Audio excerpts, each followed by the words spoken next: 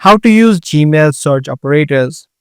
If you're trying to find specific emails inside of Gmail, you can use these different search operators that are built inside. Now there are many search operators that you can use. Let me show you a few of them and how you can use it.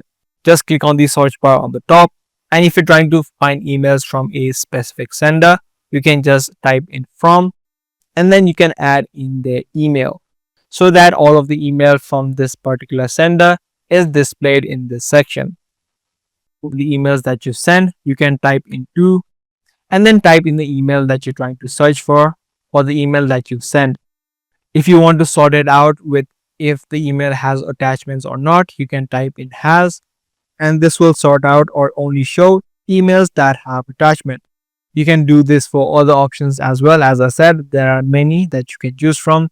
To find all of the emails search operators, you can just Google it. You can search for a list of Gmail search operators, and inside of the Google Help section, it's going to give you a list of all of the Gmail operators and different uses that it has, along with the description and examples as well. So this is the way that you can use Gmail search operators. If this guide video was helpful to you, be sure to subscribe, share, and also give this video a thumbs up. That's going to be all for today. I'll see you in the next video.